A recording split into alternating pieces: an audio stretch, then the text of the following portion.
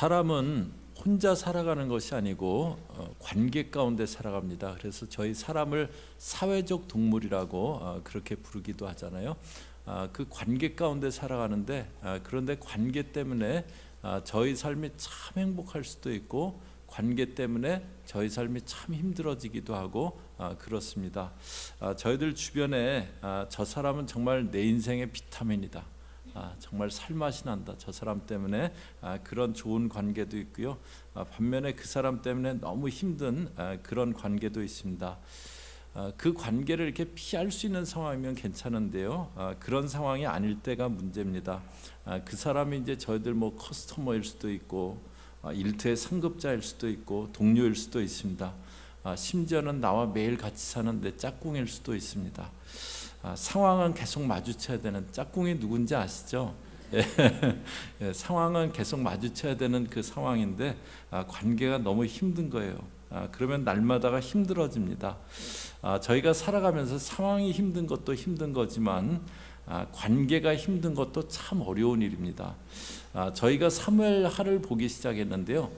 사무엘상하고 사무엘하는 다윗이라는 인물이 연속해서 나오는 그것은 이제 같은 건데요.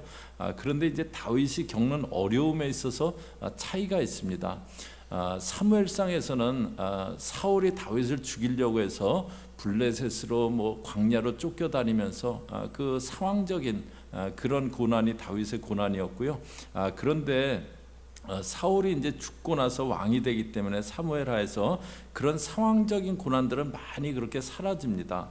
그런데 사무엘하에서 다윗이 겪는 고난은요, 관계적인 고난이에요. 그 다윗 옆에 누가 있냐면 요압이라는 군대 장관이 있는데요. 끝까지 다윗 옆에 있으면서 그렇게 다윗을 힘들게 하는 그런 사람이었습니다. 또 사무엘하 중간에 가면요, 아들인 압살롬이 반란을 일으켜갖고 피난을 가야 되는, 아들 때문에 아들이 반란을 일으켜서 그 피난을 가는 그런 일이 있습니다. 사무엘상에서는 상황적인 고난이 나오고 사무엘하에서는 관계적인 고난이 나옵니다. 고난의 성격에서 약간 차이가 있어요. 그런데 이제 사무엘상에서 그 상황적인 고난들을 잘 이겨냈던 그 다윗이 사무엘하에서도 이 관계적인 어려움들도 잘 그렇게 감당해 나갑니다. 그런데 그럴 수 있었던 이유가요, 다윗은 그 그릇이 넓었습니다. 저희가 참 상대하기 어렵고 힘든 사람이 있을 때 그 사람이 바뀌게 하려고 이렇게 뭐 기도도 하고 그럽니다. 물론 사람이 이렇게 바뀔 수도 있는데요. 그런데 내가 기도하는 그 사람은 잘 안 바뀝니다. 다른 사람은 잘 바뀌는 것 같은데 내가 기도하는 그 사람은 잘 안 바뀌어요. 그래서 이제 절망스러워지게 됩니다. 그런데 해결의 길이 있는데요. 내 그릇이 넓어지는 겁니다. 상대가 바뀌는 것은요, 내가 어떻게 할 수 있는 영역이 아니에요. 상대는 그 내가 바꿀 수 있는 게 아니에요. 그런데 내 그릇이 넓어지는 것은 나에게 달린 그런 일입니다. 저희가 지난주에 사울을 자기가 죽였다고 찾아온 아말렉 소년을 처형하는 다윗의 모습을 봤어요. 그 다윗의 원수인 사울을 죽였다. 그러면 뭔가 상을 받지 않을까 기대하던 그 자를 처형합니다. 오늘 말씀은 이제 그러고 나서 다윗이 사울의 죽음을 애도하면서 지은 슬픈 노래 조가인데요. 그런데 여기 이제 이 말씀에서 왜 다윗이 넓은 그릇의 사람인가, 그것이 이제 보여지는데요. 17절부터 보시면은요, 17절에 다윗이 이 슬픈 노래로 사울과 그의 아들 요나단을 조상하고 블레셋의 전쟁에서 사울과 그 아들 요나단이 죽었습니다. 그런데 요나단은 다윗을 정말 아끼던 사람이고 다윗하고 정말 가까운 그런 그 정말 동역자였어요. 그런 그 요나단이 죽은 건 너무 안타까운 일이잖아요. 그런데 사울은 그렇지 않습니다. 사울은 자기를 죽이겠다고 그렇게 공격하던 그런 인물이에요. 그렇기 때문에 다윗이 요나단의 죽음을 놓고 애도하면서 조가를 지은 게 아니었고요, 사울과 그의 아들 요나단을 조상했다고 그럽니다. 19절에도 보시면요, 이스라엘아 내 영광이 산 위에서 죽임을 당하였도다. 오라 두 용사가 엎드러졌도다. 두 용사라고 그렇게 합니다. 25절에도 보시면은요, 오라 두 용사가 전쟁 중에 엎드러졌도다. 27절에도 오라 두 용사가 엎드러졌으며, 이렇게 노래에서는 반복되는 후렴구가 있잖아요. 이 그 활의 노래, 다윗이 지은 이 조가의 그 특징의 그 반복되는 구절은 뭐냐면 오라 두 용사가 엎드러졌도다. 이것을 계속 같이 반복합니다.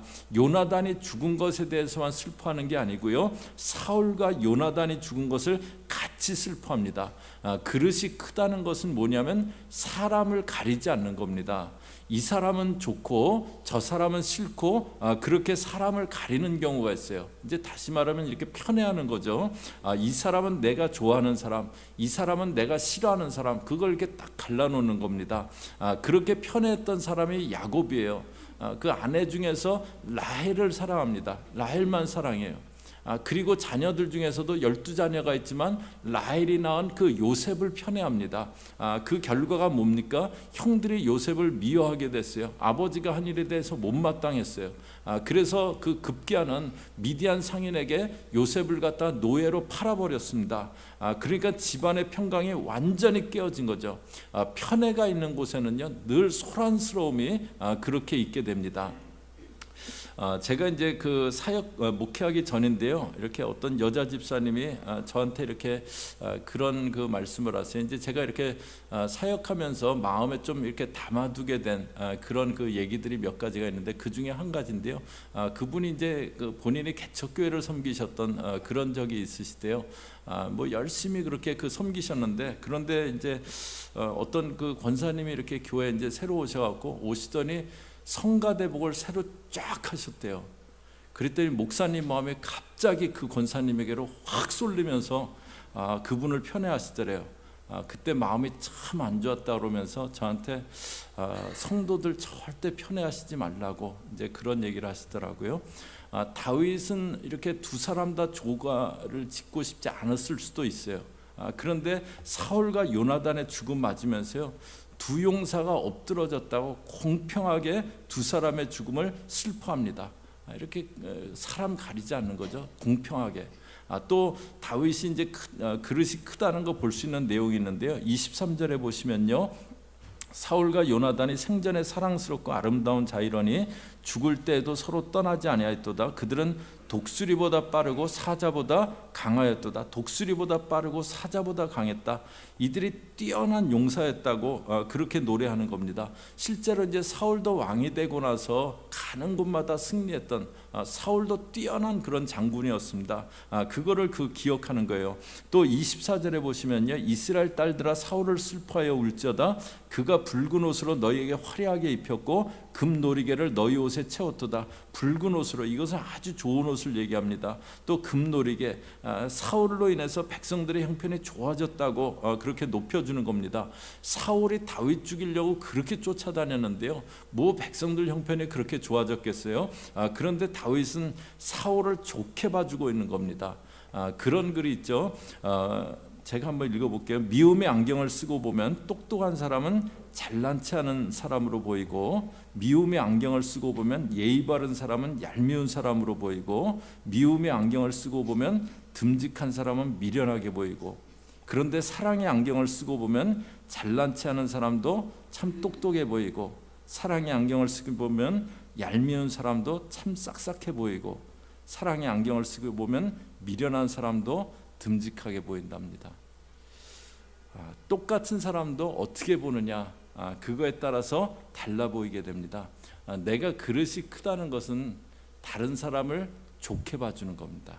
다른 사람의 좋은 점, 장점을 보고 좋게 봐주는 겁니다. 어느 사람이나 여러 가지 장점이 있어요. 그런데 저희들은 그 중에서 몇 가지 그 단점을 보면서 사람들을 나쁘게 보기 쉽습니다. 좋은 점들을 자꾸 보는 거예요. 에덴 동산에는 생명과가 있고 선악과가 있었습니다. 선악과는 정죄하고 판단하고 그러는 거예요. 생명과는 격려하고 좋게 봐주는 겁니다. 이렇게 사람을 좋게 볼 수 있는 눈이 있는 사람이요, 그 사람이 그릇이 큰 사람입니다. 그런데 다윗이 원래부터 이런 눈을 갖고 원래 그릇이 큰 그런 사람이었을까요?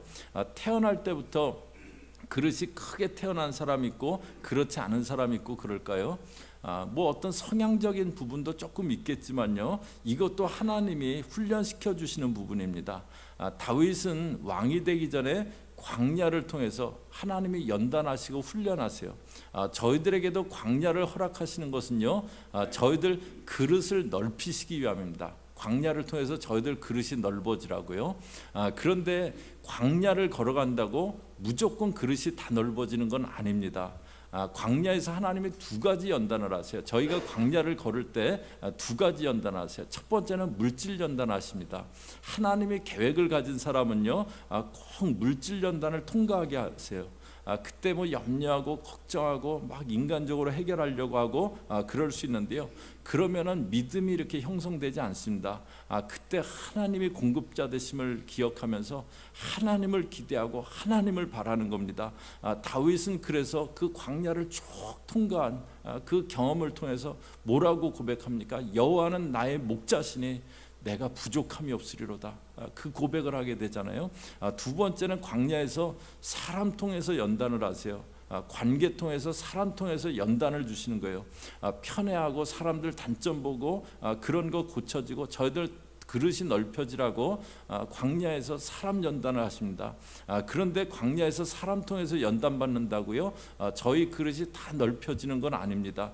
그 광야에서 계속 나만 생각하고 나만 붙잡고 그냥 내 위주로만 계속 살아가면은요, 그 사람은 그릇이 넓혀지지가 않아요.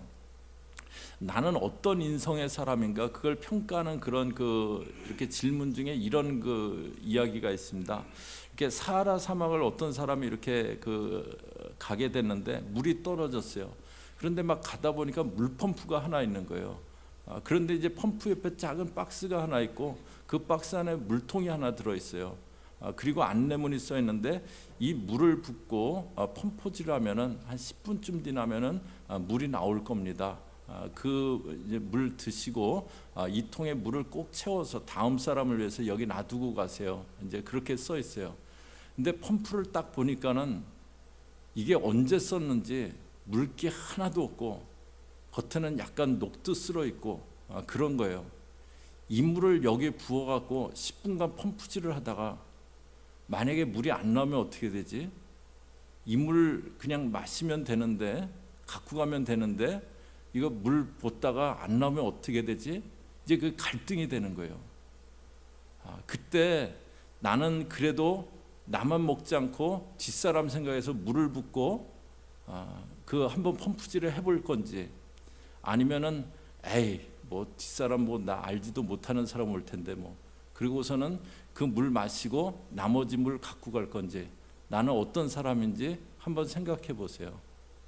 그리고 이따 그 목장에서 그 GBS 할 때 나는 물을 마실 사람인지 펌프에 부을 사람인지 한번 나눠보세요. 나만 생각하는 사람은요, 절대 그릇이 넓혀지지 않습니다. 출애굽한 이스라엘 백성들도요, 광야를 걸었어요. 그런데 이스라엘 백성들이 생각한 건 뭐였습니까? 뭘 먹을까? 뭘 마실까? 내가 어떻게 하면 더 편할까? 그게 그들의 관심사였어요. 그렇기 때문에 그들은 그릇이 넓혀지지 않았습니다. 다윗이 광야 생활을 하는데요, 그에게 일어난 일이 있어요. 저희가 봤던 말씀인데요, 사무엘상 22장 1절에 보면요, 그러므로 다윗이 그곳을 떠나 아둘람 굴로 도망하며 그의 형제와 아버지의 온 집이 듣고 그리로 내려가서 그에게 이르렀고, 그 다음에 2절은 같이 읽겠습니다. 시작. 환난 당한 모든 자와 빚진 모든 자와 마음이 원통한 자가 다 그에게로 모였고 그는 그들의 우두머리가 되었는데 그와 함께한 자가 400명 가량이었더라. 여기 보면 이제 다윗이 막 그 사울에게 쫓겨서 이제 도망가기 시작할 때 아둘람 굴로 갔는데 환난 당한 자, 빚진 자, 원통한 자들이 그렇게 모여왔대요. 이 사람들은 내면이 이렇게 상한 마음이 있는 사람들이에요. 자기 마음이 상해 있으면 주변 사람들을 이렇게 힘들게 하게 그렇게 됩니다. 아무 일도 아닌 것 같고 막 상한 마음 이렇게 표출하고 그렇게 돼요. 그런데 다윗은 이들을 품고 나갔습니다. 이 상한 마음을 가진 사람들, 이 사람들을 품고 나갔어요. 그러면서 다윗의 그릇이 점점 넓혀져 갔습니다. 저희가 봤던 부솔 시냇가의 이야기요, 그 400명, 그 600명이 같이 아말렉 기습하러 가다가 200명 못 가겠다고, 우린 못 가겠다고, 그래서 남아 있으라고 그러고 가서 이제 많은 전리품 먹고 돌아오는데 보니까 200명이 막고 있는 거예요. 그 400명 중에 어떤 사람들이 우리가 전쟁한 거니까 가족들은 그 데리고 가게 하지만 전리품은 나누지 말자. 그런데 다윗은 어떻게 합니까? 공평하게 다 나누잖아요. 공평하게. 지금 그도 사울과 요나단이 죽었는데 동일하게 사울을 위해서도 슬퍼하면서 조가를 부릅니다. 광야에서 사람을 품으려고 하면서요, 그 자기에게 온 그 원통하다고 하는 사람들, 환난당한 사람들, 그 사람들 다 품고 나가려고 하면서 다윗의 그릇이 넓혀진 겁니다. 이제 이스라엘 모든 백성들을 이끌고 나갈 왕으로 준비가 된 거예요. 요한복음 3장 16절에 하나님이 세상을 이처럼 사랑하사, 세상을, 죄인된 인간을 이처럼 사랑하셨대요. 하나님은 누구는 품어주시고 누구는 배척하시고 그러지 않으세요. 모두를 품어주시고 누구든지 주 예수를 믿기만 하면, 누구든지 하나님께 나오기만 하면 그분의 자녀가 될 수 있게 그렇게 해주세요. 그래서 저와 여러분 같은 그런 저희 같은 자들도 하나님의 자녀가 된 거 아니겠습니까? 그런데 저희가 그 하나님을 믿으면서 나는 계속 이 사람은 싫고 저 사람은 어떻고 그렇게 하는 것이 아니고요, 저희 믿음의 사람들은 그 하나님처럼 저희들도 마음을 넓혀가려고 하는 사람, 그릇을 넓혀가려고 하는 사람 되어야 되겠습니다. 편애하고 나쁘게 보고 그런 사람 아니고요. 성막이 이제 출애굽한 이스라엘 백성들에게 성막을 지으라고 하잖아요. 그거를 평수로 따지면 316평이래요. 그런데 그 중에서 제사 드리는 성소 지성소는 20평이 안 돼요. 316평 중에서 성소가 12.6평, 지성소가 6.3평, 둘 합쳐서 19평밖에 안 돼요. 나머지 297평은요 뜰이에요. 성막의 많은 부분은 뜰입니다. 나중에는 그 뜰에 성전이 지었을 때는 이방인의 뜰이라고 해서 이방인들도 하나님께 와서 예배할 수 있게 그렇게 그 예비한 그런 뜰이 있어요. 성막은 성소 지성소만 있지 않고 뜰이 있습니다. 저희 하나님의 사람은 성소 지성소만 있는 사람이 아니고 뜰이 있는 사람이에요.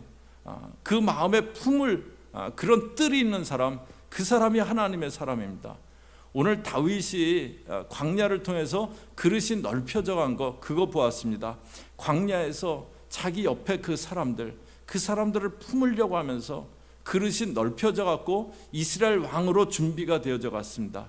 저와 여러분도 광야에서 나만 생각하고 그렇게 살아갈 수도 있어요. 나만 바라보며 내 중심으로만 그렇게 살아갈 수도 있어요.